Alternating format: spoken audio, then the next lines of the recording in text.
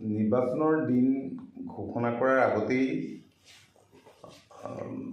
সাংবাদিক বন্ধুসকলে মোক যেতিয়াই বিভিন্ন সময়ত সুধিছে মই কৈছিলোঁ যে আমাৰ যি 5টা সমষ্টিত বাই ইলেকশ্যন হ'ব, এই 5টা সমষ্টিতেই মিত্ৰজোঁটৰ প্ৰাৰ্থীয়ে জিকিব। কাৰণ আমি দেখিছোঁ, মানুহৰ পালচো পাইছোঁ। কাৰণ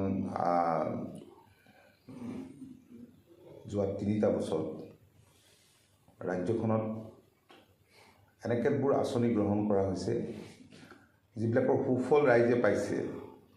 আৰু স্বাভাৱিকতে এইটো এটা বাই ইলেকশ্যন, ৰাইজে বিচাৰিব যে ধাৰাবাহিকতাটো অক্ষুণ্ণ থাকক, উন্নয়নৰ ধাৰাবাহিকতা। মানে যিকেইটা কনষ্টিটুৱেঞ্চিত আপোনালোকে দেখিছে যে ইলেকশ্যন হ'ল, তাৰে এটাৰ বাহিৰে এটাতো ৰকিবুলৰ সমষ্টিটোৰ উন্নয়ন নাই।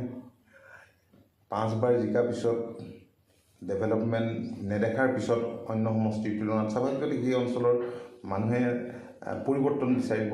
আৰু সেই উমান বিভিন্ন সময়ত সভা সমিতিত যাওঁতে বা আমাৰ দলীয় সতীৰ্থসকলৰ লগত যেতিয়া বিভিন্ন সময়ত আলোচনা কৰিছোঁ বা বিভিন্নজনৰ লগত মত বিনিময় কৰিছোঁ, তেওঁলোকৰ মনৰ উমান আমি পাইছিলোঁ। আৰু সেইকাৰণে কৈছিলোঁ জিকিব। আৰু বঙাইগাঁওতো আপোনালোকে জানেই যে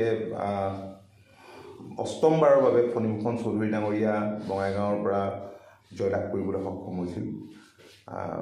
প্ৰতিটো পৰিয়ালৰ লগত বুলি ক'লেও বহাই কোৱা নহয়, এটা সম্পৰ্ক আছে। আৰু স্বাভাৱিকতে দীঘলীয়া দিন থকাৰ পিছত অলপ প্ৰতিষ্ঠান বিৰোধী ঢৌটো থাকিবই। কিন্তু তৎসত্ত্বেও আমাৰ বিশ্বাস আছিল যে আমি বিপুল ভোটত আমি জয়ী হ'ম। আৰু আটাইতকৈ ডাঙৰ কথা যে আমাৰ খুব ভাল ধৰণেৰে আমাৰ মিত্ৰ দলসমূহে কেওটা দলেই আজি ভাৰতীয় জনতা পাৰ্টীৰ কৰ্মকৰ্তাসকলে মই দেখিছোঁ যে বঙাইগাঁৱতো ভালকৈ কাম কৰিছে, প্ৰতিটো সমষ্টিতে কাম কৰিছে। তদ্ৰূপ আমাৰ দলৰ কৰ্মকৰ্তাসকলেও ভালকৈ আটাইকেইটা সমষ্টিতে কাম কৰিছে। আৰু একেধৰণেৰে UPPLৰ কৰ্মকৰ্তাসকলেও কৰিছে। আজি বঙাইগাঁৱত যথেষ্ট দেখিছোঁ ছাৰ্ভিচ তেখেতসকলে দিছে। গতিকে পৰস্পৰক যিধৰণে এই ইলেকশ্যনটোত সহায় কৰিলে, আৰু এইটোও স্বাভাৱিকতে আমাৰ মিত্ৰজোঁটৰ প্ৰাৰ্থীক প্ৰতিটো সমষ্টিত জিকাত সহায় কৰিছে। আৰু বিশেষভাৱে মই ধন্যবাদ দিব লাগিব আমাৰ মাননীয় মুখ্যমন্ত্ৰী ডক্টৰ হিমন্ত বিশ্ব শৰ্মা ডাঙৰীয়াক।